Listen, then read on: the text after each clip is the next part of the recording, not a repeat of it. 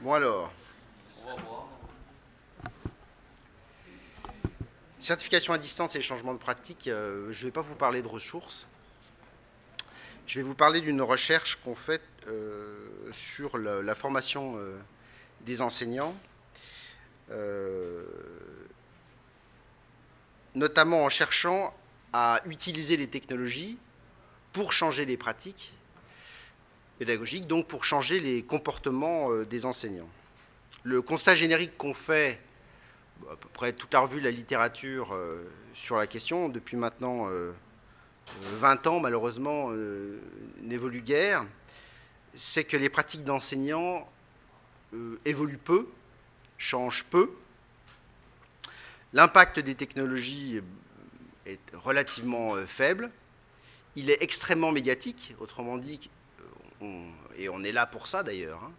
Il est monté en épingle, il est mis en évidence lorsque il y a quelque chose qui sort de l'ordinaire, eh bien on le met en avant, mais la globalité des fonctionnements d'enseignants, ou plutôt le fonctionnement des enseignants dans leur globalité, eh bien évolue peu, change peu.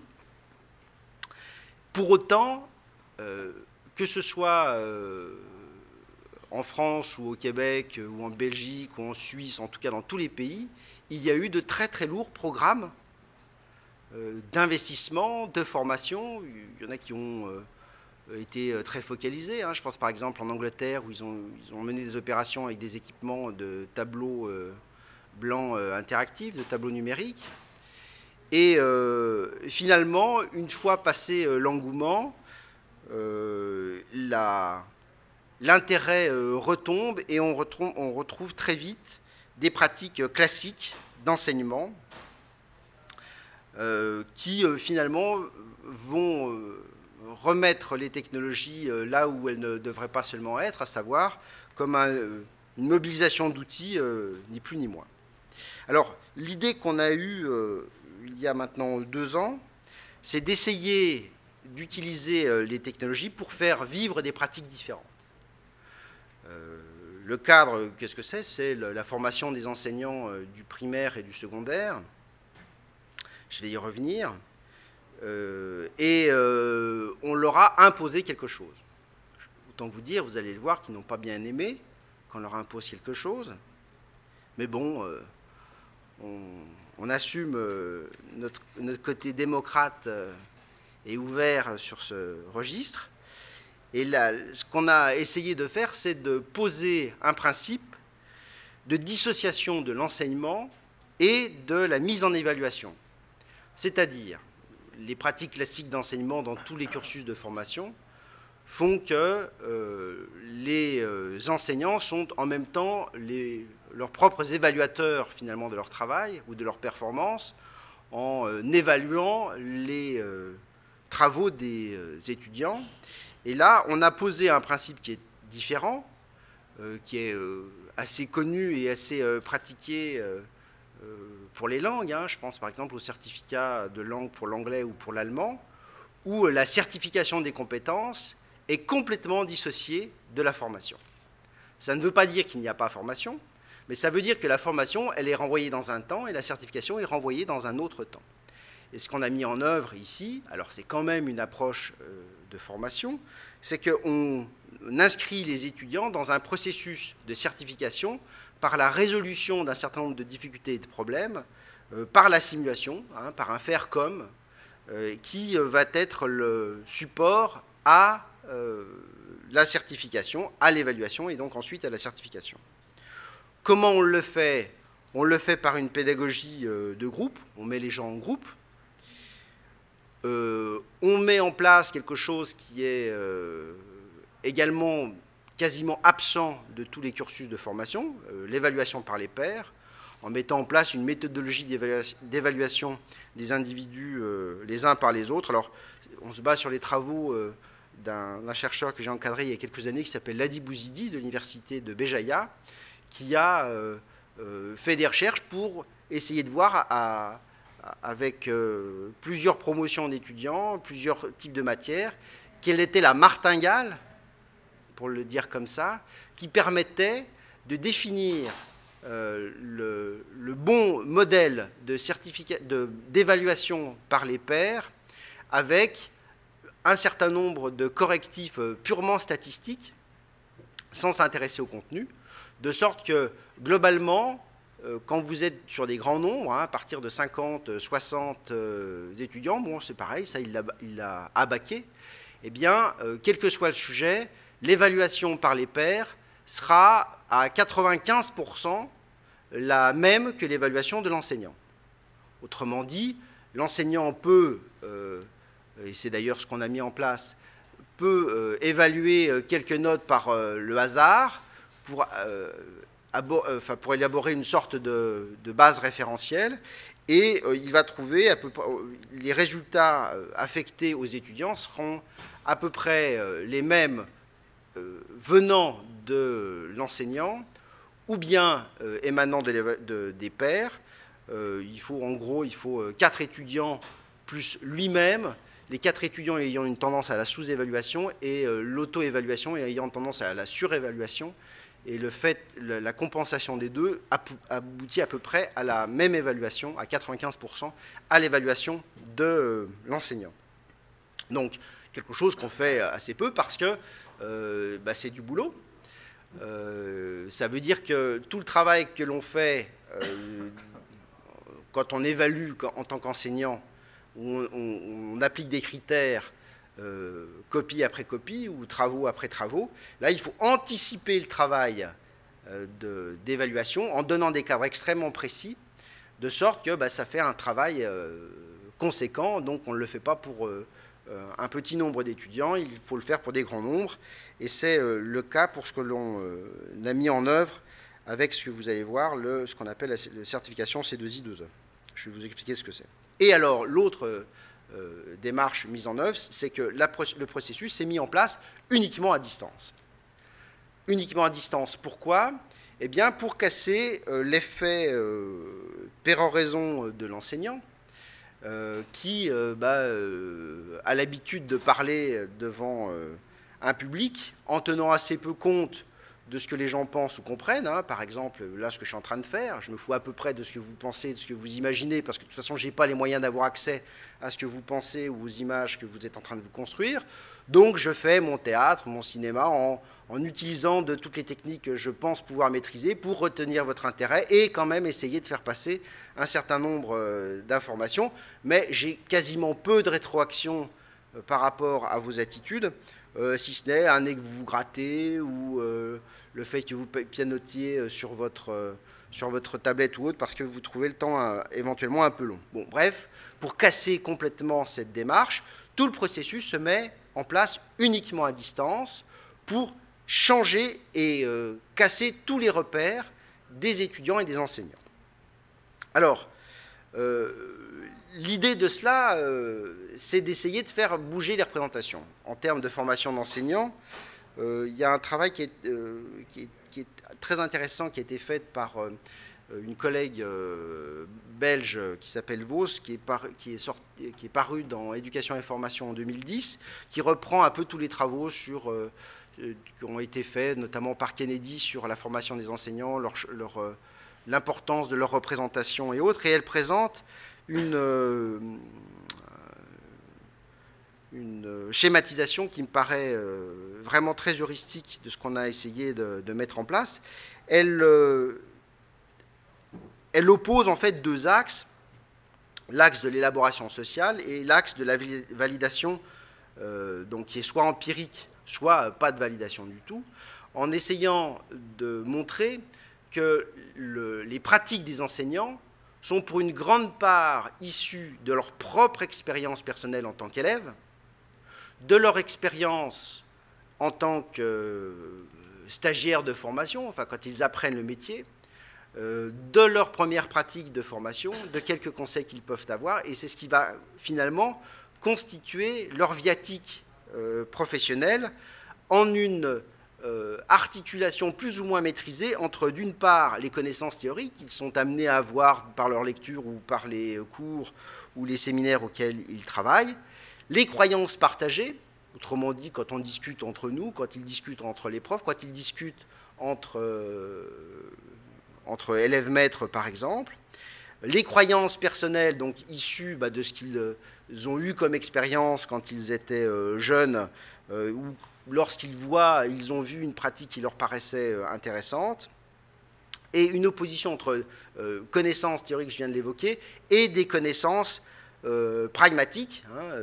Il y a dans la conduite d'une classe, dans l'expression en public, il y a un certain nombre de procédures, par exemple comme celle-ci, qui sont faites soit pour vous réveiller, soit pour vous faire sourire, soit pour vous appeler, qui ne sont pas d'un niveau théorique en termes de connaissances qui sont extrêmement forts, mais qui sont extrêmement importantes, parce qu'elles sont de nature à tenir le public. Donc, la pratique professionnelle des enseignants, leurs compétences professionnelles va beaucoup dépendre de leurs croyances, et leurs croyances sont une évolution des connaissances théoriques, des connaissances pragmatiques et des échanges qu'ils peuvent avoir entre eux par rapport aux expériences qu'ils sont en train de vivre ou qu'ils ont vécues. Alors, Vos reprend un terme qui est quelque chose de connu en formation des maîtres, qu'on appelle la connaissance ouvragée, qui vient de Kennedy, qui a beaucoup travaillé là-dessus.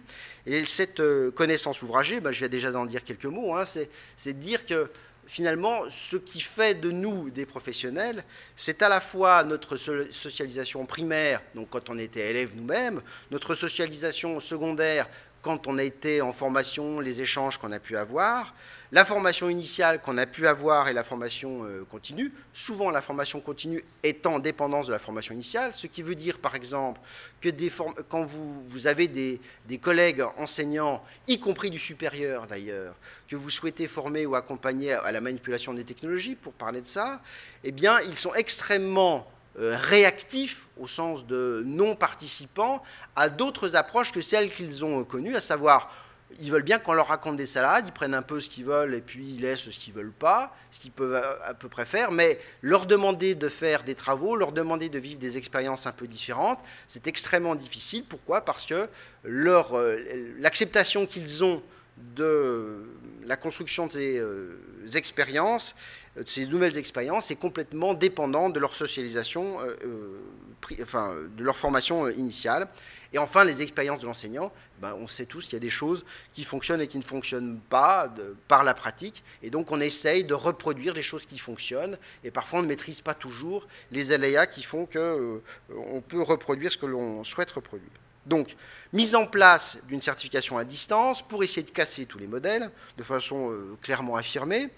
Elle est issue d'une injonction de certification de technologie pour les enseignants.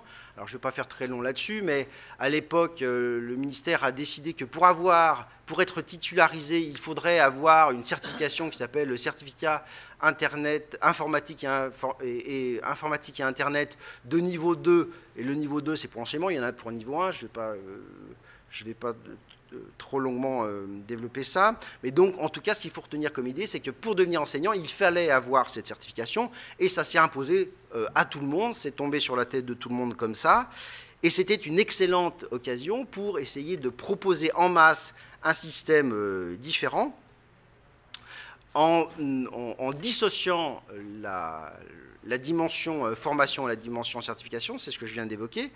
Les tâches de formation étant confiées aux enseignants en disant, mais donc les technologies, c'est votre métier, donc vous les pratiquez tous les jours, donc allez-y, vous devez former aux technologies les futurs enseignants, et puis la certification, elle est renvoyée à un autre temps, avec évaluation par les pairs, comme je l'ai évoqué tout à l'heure. La certification C2I2E, c'est quoi? C'est valider 23 compétences sur 28. Alors, vous irez voir sur Internet à quoi ça correspond en termes de contenu. Et dans ce qu'on a mis en place, en fait, il y a ce qu'on appelle un domaine A, un domaine B. On a mis en place deux études de cas en simulation, avec évaluation par les pairs, auto-évaluation plus tuteur. Ça veut dire qu'on a fait travailler pendant 3 semaines chaque groupe de 16 étudiants qui étaient encadrés par un tuteur. Il y a d'ailleurs une des tutrices qui est dans la salle, qui a participé à l'opération, et qui même si elle est arrivée en retard, elle était dans l'opération. Et donc, dans ce dispositif, on a certifié, enfin on a fait passer plus de 2000 étudiants en 5 vagues sur 2 ans. Donc vraiment un système de grosse cavalerie où les gens étaient pieds et poings liés parce que de toute façon ils étaient contraints d'avoir cette certification. On ne leur demandait pas s'ils avaient envie ou pas, il fallait qu'ils le fassent. La conception de la certification, donc ces étudiants et un encadrant qui avaient un accompagnement, mais un accompagnement relativement léger, une étude de cas qui était pensée par une équipe de conception au préalable, et dans le maître mot de la démarche, c'était changer les pratiques des enseignants.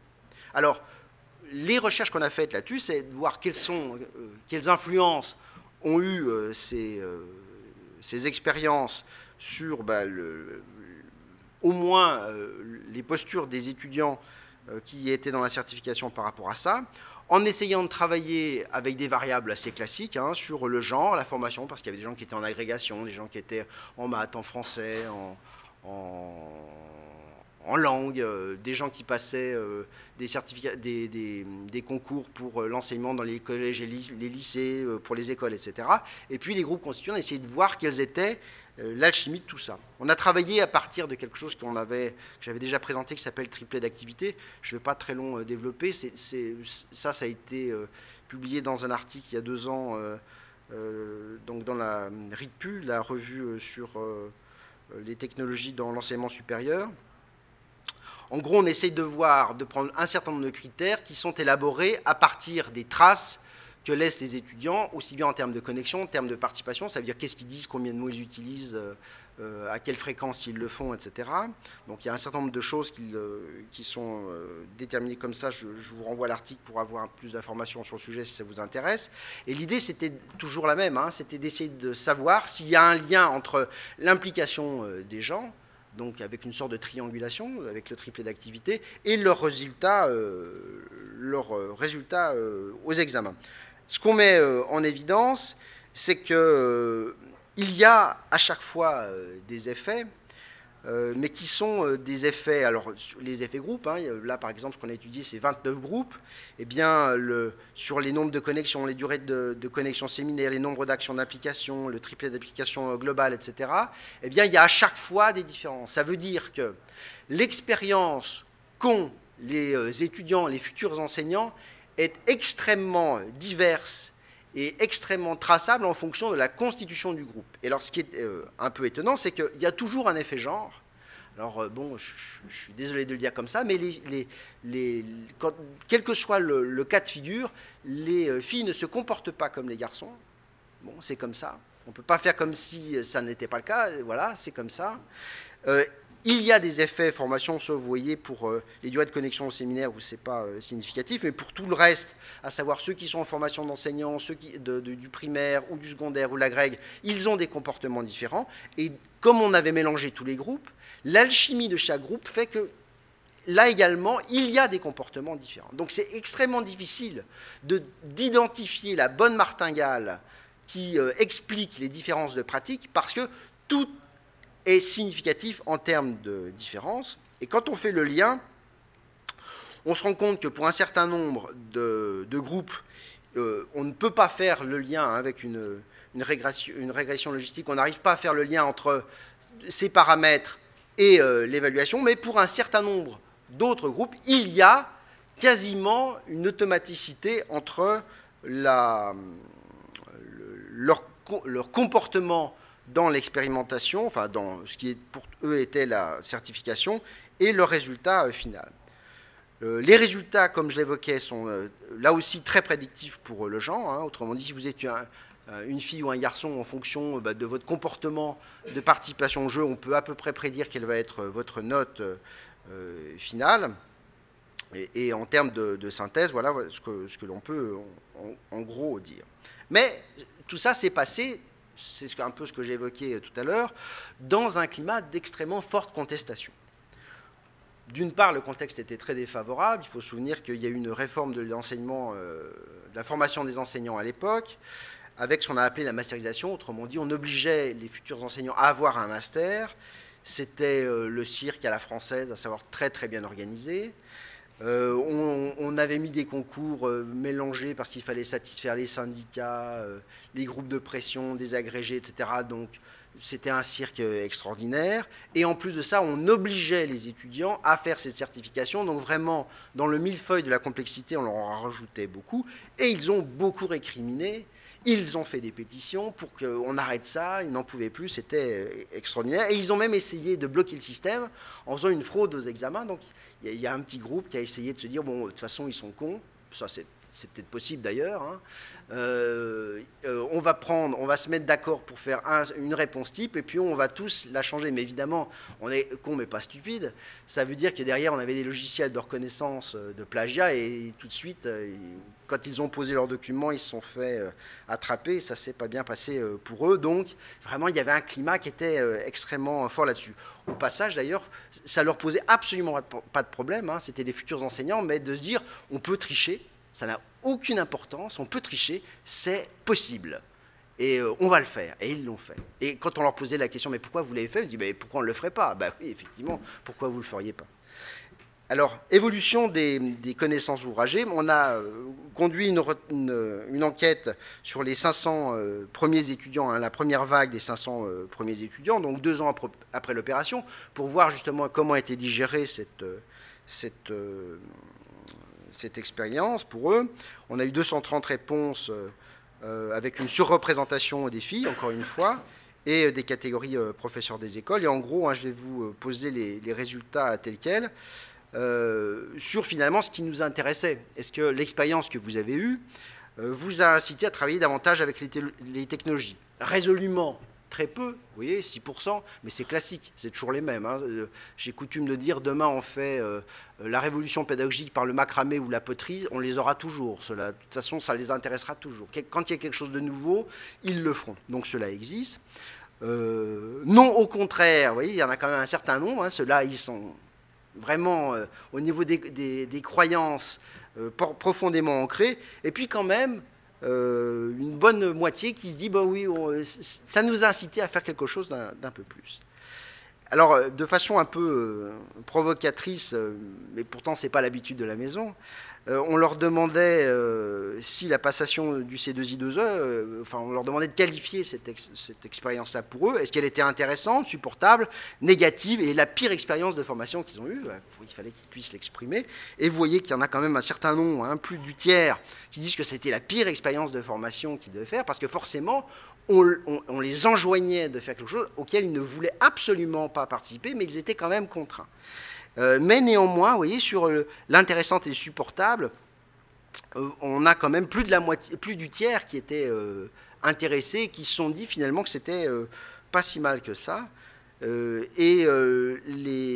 termes de compétences que vous avez mobilisées, vous voyez qu'il y a en gros 70% des gens qui se sentent pas, qui n'ont pas été plus concernés que ça par l'utilisation, vraiment, ils en utilisent moins de 20%, et quand même, donc, un bon tiers qui utilise un peu plus les technologies grâce à cette démarche-là.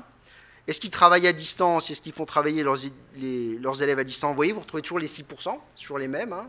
On leur aurait demandé macramé ou poterie ou tapis, ça aurait été à peu près la même chose. Est-ce qu'ils ont, par contre, tenté l'évaluation par les pairs dans leur pratique? Et là, vous voyez, c'est ça qui est extraordinaire, parce qu'il y a des choses qui sont acceptables et d'autres qui ne le sont pas. Et là, en fait, ils se sont rendus compte que l'évaluation par les pairs, c'était une expérience intéressante par eux-mêmes, pour elles-mêmes, et pour elles-mêmes, pour l'opération et pour eux-mêmes, parce que ça les mettait dans une situation finalement pédagogique et de formation qui était intéressante. Et là, beaucoup plus spontanément ont essayé de la faire revivre dans leur pratique pédagogique, alors que c'est quelque chose qu'on ne fait que marginalement. Si, avec le recul, ils avaient la possibilité de suivre un autre dispositif à distance, alors vous voyez, il y en a quand même 16% qui sont hostiles. Bon.